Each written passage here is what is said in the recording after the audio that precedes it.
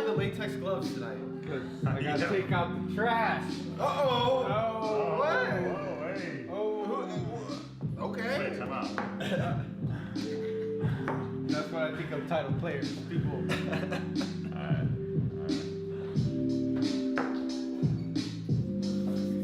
Well, at least I know what I'm playing against. Oh, Is that a good thing or a bad thing? a little bit of both. He knows it too.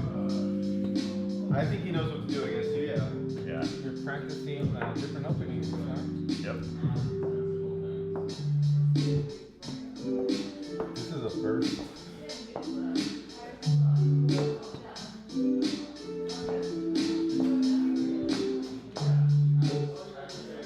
I would have thought you would have played your hip bone. I gotta mix it up sometimes.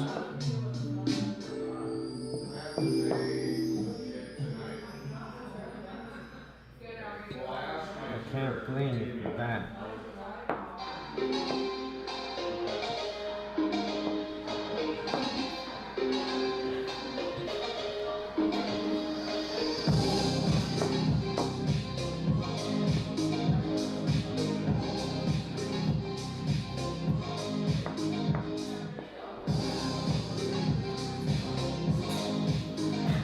Actually, I want that.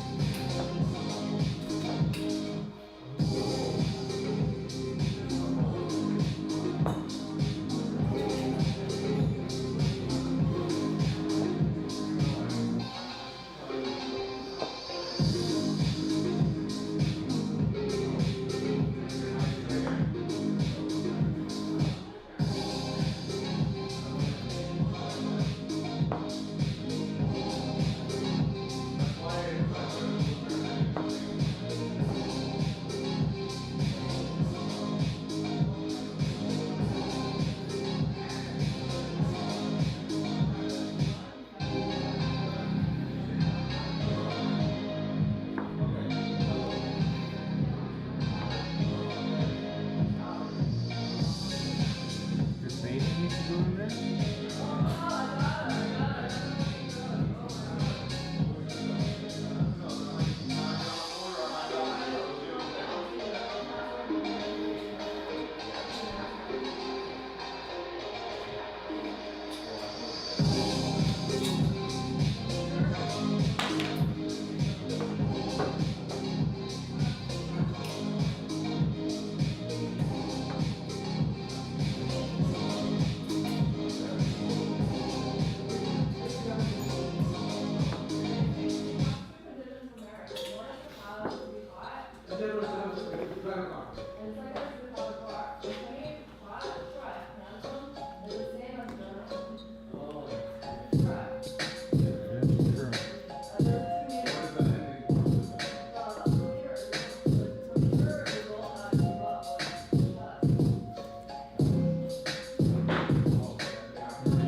Yeah, that was nice.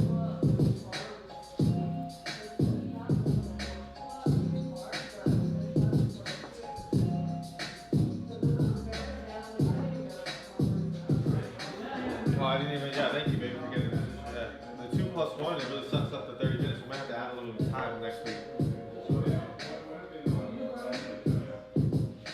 We might have to start doing like 45 minutes.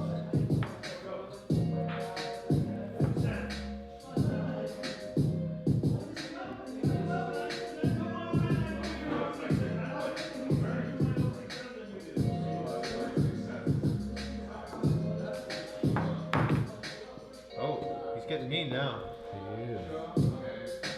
I haven't seen this side of you. I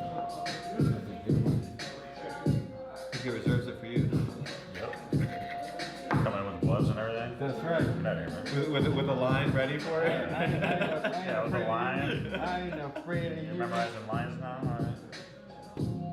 There was no lie. Oh, hell, that's a good one. I like my options. Well, I can't have you go in there. Okay? How dare you? Oh, he doesn't even need his queen. He's gonna get another one. Oh, there is increment, isn't there? Oh yeah, it's over. It's been over. What's up, chess family? I'm JJ Stokes, and damn, what an ass whooping the chess giant put on Stewart the Sage. I guess we found out what happens when you trash talk 7 feet of chess power. Now let's check that game out together, chess fam. So we started with E4, my favorite opening, and then Solomon, to our surprise, answers with D5, the Scandi, a known hippo player. And I think this was a little bit of a knee-jerk reaction by Stewart. He pushes the pawn to E5. Now, mind you, this is a 2+1 bullet game, okay? So these guys got to think really quickly, and they don't have much time. Solomon immediately, smart move, plays C5. Now, from here, Stewart really needs to play C3, try to get D4 in, and hold on to that E5 pawn in the center. He goes a different route. He plays F4. Computer gives us a little inaccuracy. I don't like playing this way either, and it seems a little bit flimsy. He's going to give black a lot of opportunities to attack his center. So knight C6 played by Big Man. We got knight F3 by Stewart the Sage. Bishop G4 by the Giant. And he's immediately taking advantage of the fact that he can get that light square bishop out of the chain and pin that knight on F3. Bishop to E2 by the Sage. E6 castle, this is all standard. He's developing his knight out to the wing, but we know it's coming to F5. So C3 played by Stewart here. He's finally doing that plan we were talking about earlier, trying to get a pawn on D4 to solidify his E5 pawn. So that other knight comes to F5 for the Giant. And then we got knight A3 by Stewart. And these are all pretty standard moves for this type of structure. And then boom, Solomon pushes forward here with the pawn. It's pretty equal position. Again, this isn't the computer's favorite move, but you know, the computer can be a little bit finicky. So we got pawn to D3 by the Sage, and then H5. The Giant starts coming in, he's pushing, he wants to come in hot. You know, he's been told that Stewart's there to take out the trash, so we're gonna find out what happens. I mean, y'all already know what happened, but so he rotates the knight, and Bishop E7 by the Giant, and C4 by Stewart. And I thought C4, I mean, I get he's trying to, I guess, solidify the queen side, but he's got a pawn on E5. You want to attack on the king side. So it seemed like a little bit of a waste of time to play moves on the queen side. There we go. So we got G6 by the Giant. And then now Stewart's finally bringing his queen over to E1. Excuse me, going for that attack on the king side. And then boom, the Giant swaps off the bishops. Now, at first glance, it seems like Stewart has a really nice diagonal. However, the computer still gives us about an equal position. So it's a kind of a clogged position, and he's got two. The Giant's got a couple knights.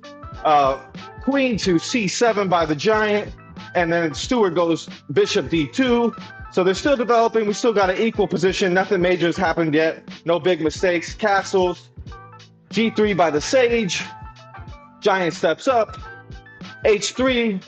Maybe preparing a G4 idea to start breaking open on this king side and attacking.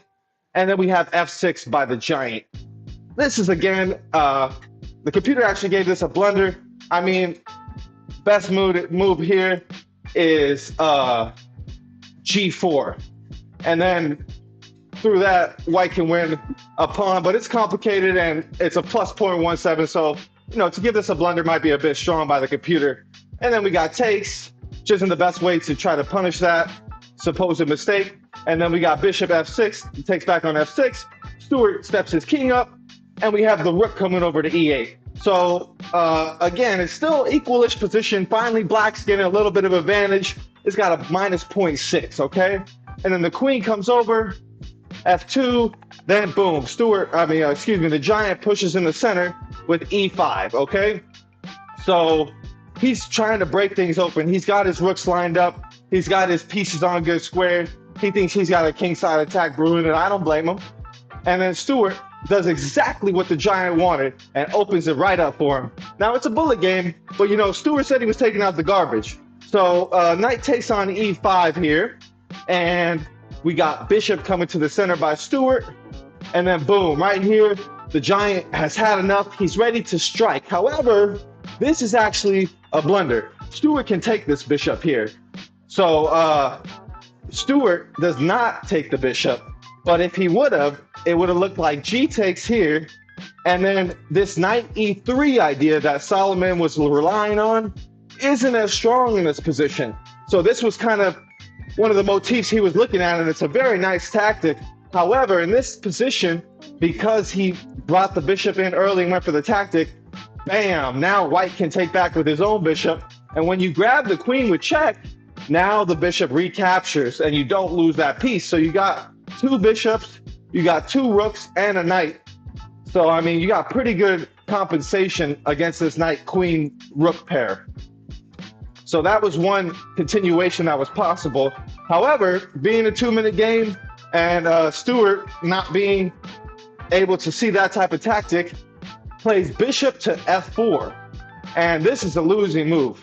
So now Solomon punishes him by taking on g3, which is one of the moves to win. However, the most punishing continuation was actually knight taking on g3. But we're going to see what actually happens in the game here. So bishop takes, and boom. So this is the tactic that we were talking about that the giant was relying on.